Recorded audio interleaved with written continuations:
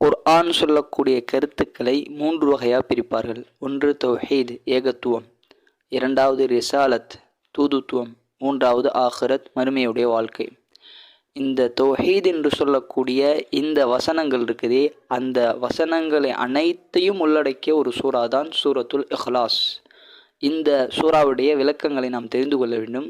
அல்லாஹ் இந்த சூறாவில் அல்லாஹ் சொல்கிறான், குல் நபியை சொல்லுங்கள், வல்லாஹு அஹத், அல்லாஹ் தனித்தவன், ஒருவன்தான், அல்லாஹ் ஒருவன்தான்.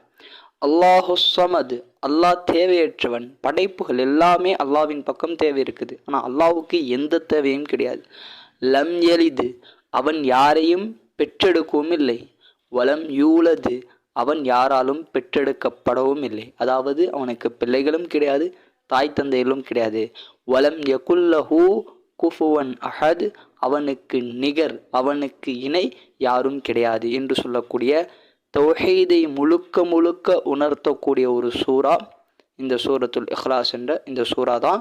இதுதான் குர்ஆனுடைய 3 பங்காக கருத்துக்களை பிரிக்கும் போது ஒரு பங்கு என்ன, தௌஹீத் ஏகத்துவம். அந்த தௌஹீதை இந்த ஒரு சூறாவில் முழுவதுமாக அல்லாஹ் சொல்லிவிட்டான்.